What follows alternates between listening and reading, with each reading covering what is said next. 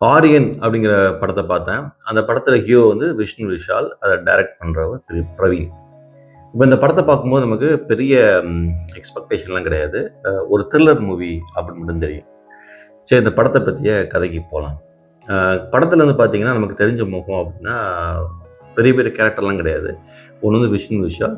இன்னொன்னு வந்து டைரக்டர் செல்வராகவன் இருக்கார் இல்லையா? தனுஷோட அண்ணன். அவர் நடிச்சிருந்தாரு. ஸோ படத்துல ஓப்பன் பண்ண உடனே பார்த்தீங்கன்னா, ஒரு ஸ்டுடியோவ காட்டுறாங்க. ஒரு டிவி சேனல். அங்க வந்து ரியாலிட்டி ஷோ ஒண்ணு லைவ் ஷோ நடக்குது. அந்த லைவ் ஷோல ஒரு செலிபிரிட்டிய வந்து ஒரு ஆங்கர் வந்து விஜே வந்து பேட்டி எடுத்துக்கிட்டு இருக்காங்க. அப்ப திடீர்னு ஆடியன்ஸ்லேருந்து ஒருத்தர் வந்து எந்திரிச்சு அந்த என்டையர் ஸ்டுடியோவையும் தன் கட்டுக்குள்ள கொண்டு வந்துடுறாரு. கன் வச்சிருக்கிறதுனால. அப்போ கொஞ்ச நேரம் கழிச்சு என்ன பண்றாரு, அவரு தன்னைத்தானே சுட்டுக்கிட்டு, அதுக்கு முன்னாடி சொல்றாரு, நான் தான் ஃபர்ஸ்ட் விக்டிம். இது என்னுடைய நான் என்னையவே கொன்ற மர்டர். இதே மாரி தொடர்ந்து 5 நாட்கள் வந்துட்டு, நான் வந்து ஒருத்தர கொல்லுவேன். முடிஞ்சா நீங்க வந்து காப்பாத்திக்கங்க. ஆனா உங்களால காப்பாத்த முடியாது. அப்படின்னு சொல்லிட்டு ஒரு படம் ஓப்பனிங்ல மிகப்பெரிய சேலஞ்ச். அன்எக்ஸ்பெக்டட் எக்ஸ்பெக்டேஷன் செட் பண்றாங்க படம் ஆரம்பிச்ச உடனே. சரி, ஓகே. இதற்கு பிறகு வந்து இந்த கேஸ இன்வெஸ்டிகேட் பண்றதுக்கு போலீஸ் தரப்புலேருந்து ஒரு ஹானஸ்ட் ராஜ வந்து நம்ம படத்துல திடீர்னு கூப்பிடுவாங்க. இவர் வந்து பெரிய ஆள் அப்படின்னு சொல்லுவாங்கல்ல, அந்த மாரி விஷ்ணு விஷால வந்து செலக்ட் பண்றாங்க. அப்புறம் விஷ்ணு விஷால் வராரு. இத இன்வெஸ்டிகேட் பண்றாரு. அப்புறம் அந்த ஒரு 5 கொலைகள் அதற்கு பிறகு நடக்குது. இந்த 5 கொலைகளையும் வந்து இவர் என்ன செஞ்சாரு? கண்டுபிடிச்சாரா? இல்ல கொல்ல விட்டுட்டாரா? அப்படிங்கிறதோட பின்னணி என்ன? அப்படின்னு காட்டுறது தான் இந்த படம். ஸோ த்ரில்லருக்கான சுவாரஸ்யமான ஓப்பனிங்ஸ குடுத்துட்டாங்க. பட் இந்த படத்துல நமக்கு இருக்க விமர்சனம் என்ன அப்படின்னா, அவங்க சொல்லிக்கிட்ட ஒன்லைன் என்ன தெரியுமா? இறந்து போன ஒருத்தன் தன்னைத்தானே சுட்டுக்கிட்டு இறந்து போயிடுறாரு. அவர் ஒரு சேலஞ்ச், நான் இருக்க மாட்டேன். ஆனா நான் வந்து நான் 5 நாட்கள்ல சோ அண்ட் சோ பெர்சன நான் வந்து கொல்லுவேன் அப்படின்னு சொல்றாரு. ஒரு எக்ஸ்ட்ரார்டினரியான ஒரு நம்ப முடியாத ஒரு ஐ ஓப்பனர் மாரி இருந்தது படம் பார்க்கும்போது. சரி, இத தொடர்ந்து அப்படியே பார்க்கும்போது, என்ன ஒரு நமக்கு பிரச்சனை ஆயிடுச்சுன்னா, விஷ்ணு விஷால் அப்படிங்கிற போலீஸ் கேரக்டர் வருது. வந்து தனியா வந்து இன்வெஸ்டிகேட் பண்ணிட்டே இருக்கிறாரு. டே 1, டே 2, கொலை 1, கொலை 2, கொலை 3 அப்படின்னு போகும்போது, வரிசையா மிஸ் பண்றாரு. செத்து செத்து போறாங்க. அப்ப அந்த இதுல வில்லன் யாருன்னு கேட்டா, செல்வராகவனான்னு கேட்டா, செல்வராகவன் வில்லன் மாரி இல்ல. பட் விஷ்ணு விஷால் யாரை சேஸ் பண்ணி போறாருன்னு தெரியல.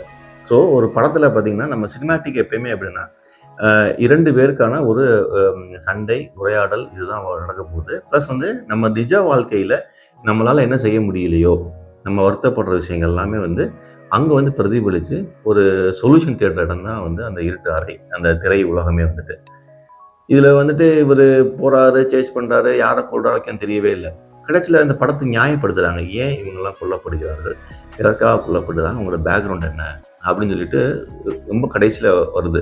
ஆரம்பத்துல வரவே இல்ல. அவங்க சாகுற வரைக்கும் வரவே இல்ல. அதுவே நமக்கு வந்துட்டு எப்படின்னா, ஒரு உடன்பாடு, ஒரு ஈர்ப்பு இல்லாமலே படத்துல போய்க்கிட்டே இருக்கு.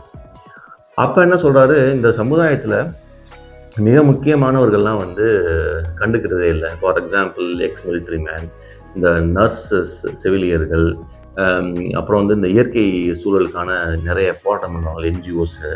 இந்த மாரி அப்புறம் வந்து குடும்பத்தில ஒதுக்கப்பட்ட திருநங்கைகள், இவங்கலாம் வந்து ஒரு ஒரு கட்டத்தில வந்து ஒதுக்கப்பட்டு தன்னைத்தானே தற்கொலை பண்ணிக்கக்கூடிய சூழ்நிலைக்கு கொண்டு போயிடுறாங்க. அப்படிங்கிற ஒரு கேரக்டர் கொண்டு வராரு. இவங்க தான் வந்து கொல்லப்படுறாங்க. இவங்க பேக்ரவுண்ட் என்னன்னா, இவங்க நல்லவங்களா இருக்காங்க. நல்லவங்கள இந்த உலகம் கண்டுக்கவே இல்ல.